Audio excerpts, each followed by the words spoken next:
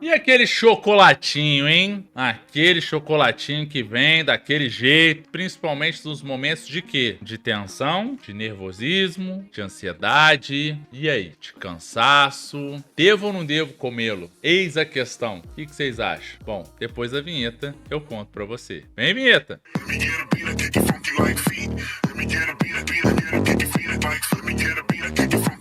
É muito comum as pessoas escolherem nos momentos de tensão, ou talvez de agonia, ou até mesmo em alguns momentos do dia, como depois do trabalho, 19 horas, 20 horas, alimentos que tragam conforto, especialmente em relação à emoção que eles estão sentindo. Esses tipos de alimento têm um nome. Segundo a literatura, eles se chamam comfort foods, que são alimentos de conforto. Isso está atribuído muito a uma questão afetiva que remete tanto, muitas vezes, um hábito associado a uma celebração ou até mesmo um hábito primitivo que está associado a um prazer imediato diante de um momento de tensão, nervosismo ou até mesmo de estresse e, consequentemente, como resposta adaptativa e também mantida pela tua memória emocional,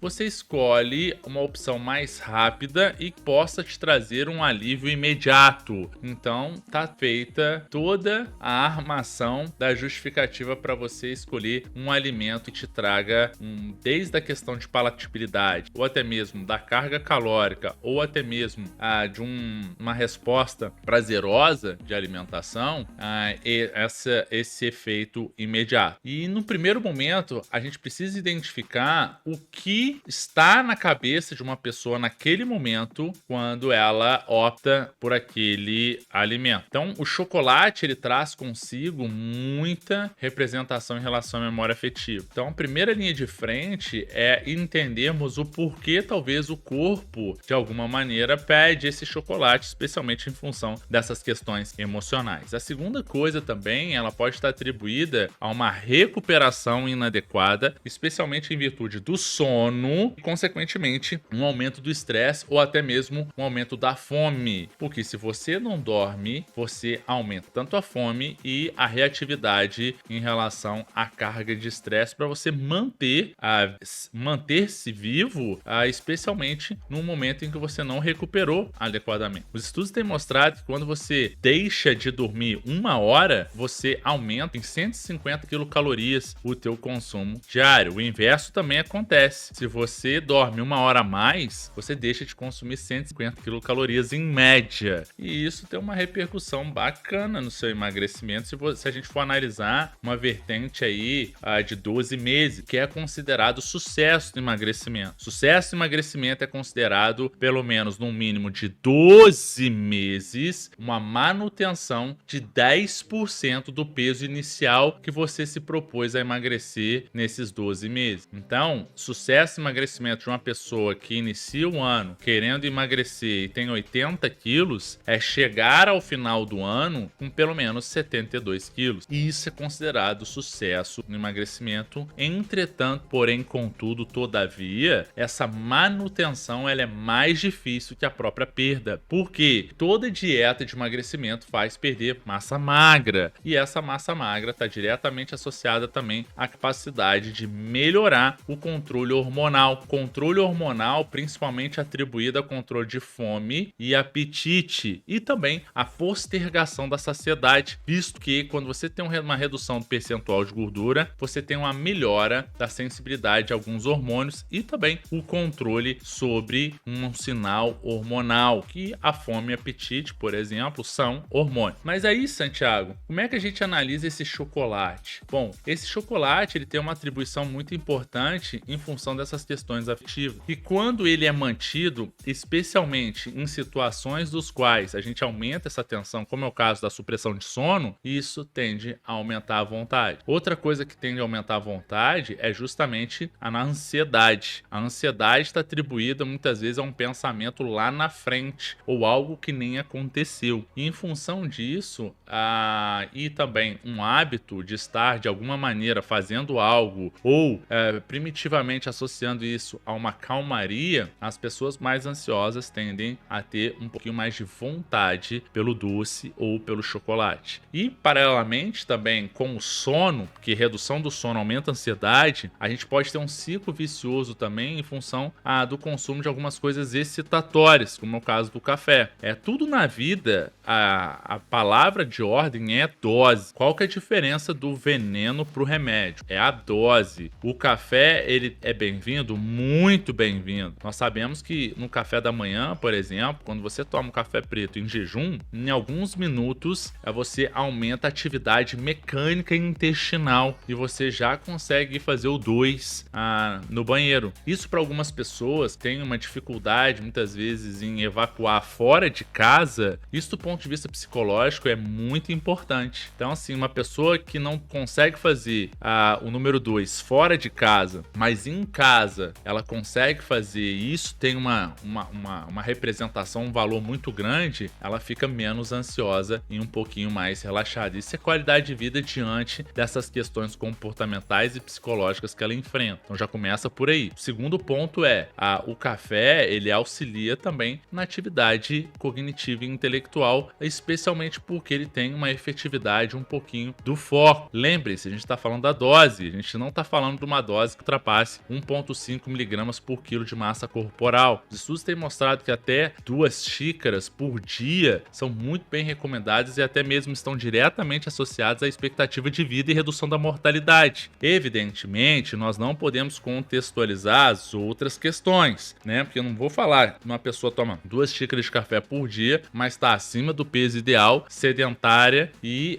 tabagista, e dizer que ela tem uma expectativa de vida maior porque ela toma 2 xícaras de café. Não é isso. Correlação não é causalidade. Mas, diante desses outros parâmetros controlados, alguns estudos sugerem sim que nessas doses a gente tem uma redução da mortalidade, então já é um fator bem bacana. No entanto, quando a gente exacerba a dose, a gente aumenta a ansiedade e também pode estar, por consequência, aumentando a vontade por doce ou especialmente o chocolate em si. Então, veja bem como muitas vezes as pessoas elas não contextualizam as questões fisiológicas ou até mesmo o corpo como um todo e tentam de alguma maneira resistir à vontade ou à tentação do chocolate, mas sem se preparar ou talvez entender o porquê o corpo de alguma maneira está pedindo esse doce ou chocolate. Então é muito importante que a gente tenha em mente isso. E se porventura agora, pensando como um nutricionista, você tiver vontade de comer um doce, um chocolate, alguma coisa, existem algumas estratégias que podem estar auxiliando nessa vontade de comer o doce e você pode, ao adotar essa estratégia, reduzir muitas vezes a quantidade que você consome ou até mesmo, de alguma maneira, não consumi-la. A primeira linha de frente na nutrição é o que a gente chama de efeito de segunda refeição.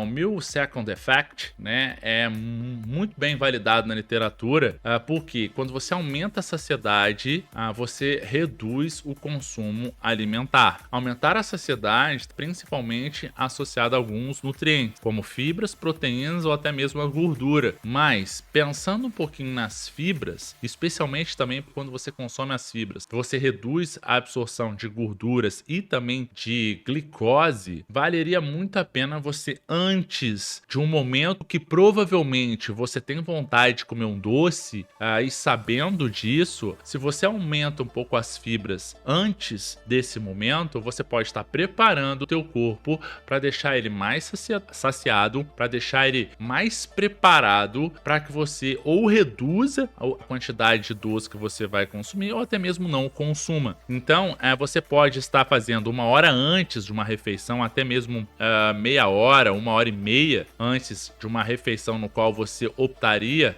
pelo chocolate, uma refeição preparatória para que nessa segunda refeição que você consumiria o chocolate, você não tenha vontade ou você reduza essa quantidade. Como, por exemplo, é o caso de você estar consumindo um lanche com mais vegetais ou com algumas frutas que vão aumentar essa saciedade. E aí, quando você tiver num momento que você chega em casa, por exemplo, às 19, 20 horas do trabalho ou dos estudos, e no teu cérebro você fala, nossa, venci o dia, eu mereço, vou comer alguma coisa gostosa, vamos celebrar isso porque eu ganhei o dia, você, do ponto de vista saciatório, você fala assim, não, mas eu tô sentindo que eu tô pleno, né? Eu tô com uma plenitude gástrica, que eu consumi uma alimentação e não tô com vontade. Então você começa a entender que essa vontade, ela não é fisiológica, né? Ela não é biológica, ela não é ali do teu corpo. Ela tá vindo muito das vontades do teu cérebro, que a tua mente, teu pensamento tá induzindo para você. Então a gente já começa bem a trabalhar de uma maneira progressiva essa condição de entendimento e uma atenção plena àquilo que você está sentindo naquele momento. Isso a gente chama de estratégias de mindfulness, né? Ou seja, um estado de atenção plena naquilo que eu estou fazendo, e isso auxilia muito também a entender o que o meu corpo está produzindo ou o que o meu cérebro, meu pensamento, a minha mente está pensando em relação àquela situação. Mas suponhamos então que a vontade venha e você queira consumir. Perfeito. O que a gente pode fazer com uma estratégia no qual, naquele momento, a gente consuma menos chocolate? Eu adoto uma estratégia muito legal, que é necessariamente, se eu for comer um doce, eu consumi-lo com alguma fruta com maior teor de água e que, de fato, com maior teor de fibras, possa estar reduzindo tanto a quantidade de chocolate que você está consumindo, ou um doce, que você está aumentando mais o volume dessa fruta de mais alto teor de água e menor teor de calorias, e consequentemente você pode estar contrabalanceando ou equilibrando aquela refeição em se tratando de calorias. Isso é muito válido e interessante. Por quê? Porque a gente pode pensar que ao selecionar essas frutas, a gente vai estar colocando como se fosse um preenchimento no estômago, um preenchimento de um espaço que vai receber também esse chocolate. E isso é muito interessante. Por quê? Porque você, ao preencher isso e depois vir com chocolate, você pode estar reduzindo a quantidade de chocolate que está consumindo. Se a gente for analisar, 100 gramas de morango, por exemplo, tem cerca de mais ou menos 25 quilocalorias. Então, se eu consumo 200 gramas de morango, que é como se fosse meia caixinha de morango, a gente vai ter 50 quilocalorias e um preenchimento muito grande ali do espaço do estômago que vai receber esse chocolate. Então, é uma maneira muito válida e interessante da gente já estar preparando isso. E, consequentemente, depois, quando eu estou consumindo esse chocolate, eu já tenho um preenchimento por conta dessa fruta. Melão também é muito bem-vindo. Então, a gente tem uma carga calórica de melão baixa, assim como o morango. E isso pode ter uma repercussão muito interessante no ato de consumir um determinado doce ou, de fato, o ato de consumir o chocolate. Então, dentro de uma perspectiva de entendimento do meu corpo, entender também os meus pensamentos, as emoções que vêm desses meus pensamentos e também o comportamento, as sensações que eu adoto e o comportamento que isso implica na minha vida, faz eu entender um pouco melhor ou até mesmo fazer algumas perguntas que outrora eu não tinha me perguntado, e talvez isso agora possa estar fazendo mais sentido.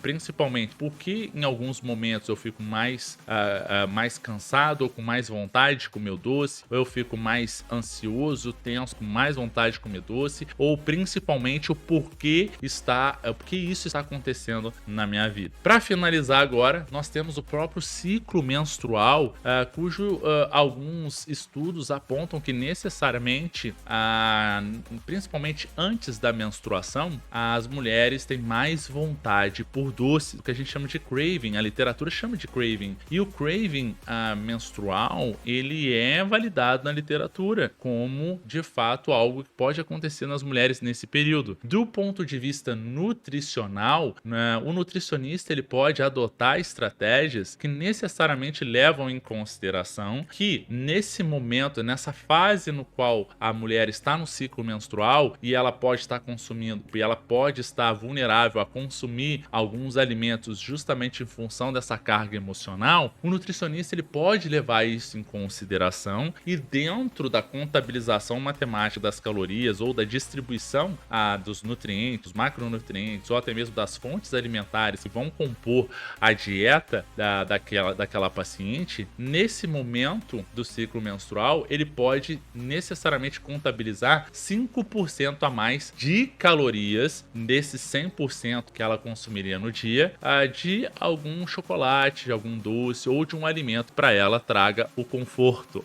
Então a gente pode contabilizar 5% das calorias de comfort foods, e isso tem uma repercussão muito legal do ponto de vista psicológico e comportamental quando você tem uma relação nutricionista e paciente que leva em consideração isso, contabiliza, que monitora e que propõe, de acordo com esse feedback do paciente, alguma ação que faça sentido ou talvez que leve em consideração essas questões emocionais, essas questões de vontades atribuídas a isso. E tá tudo certo, e tá tudo válido, e tá tudo em paz. Então, conhecimento liberta, e a partir do entendimento da coisa, ou também pensar no que a gente pode fazer para estar melhorando isso e de fato não criar culpa ou até mesmo criar emoções, pensamentos que não existem, a gente consegue melhorar ainda mais nosso estilo de vida e também as ações que vão continuamente se transformar em hábitos, e hábitos saudáveis são o caminho para que a gente tenha uma vida muito melhor. Se você gostou desse vídeo, não deixe de curtir, coloque aqui nos comentários o que você achou, faz sentido para você, compartilhe esse vídeo com aquelas pessoas que você acredita que vão ser beneficiadas com essa informação, e se inscreva no canal, é muito importante, válido,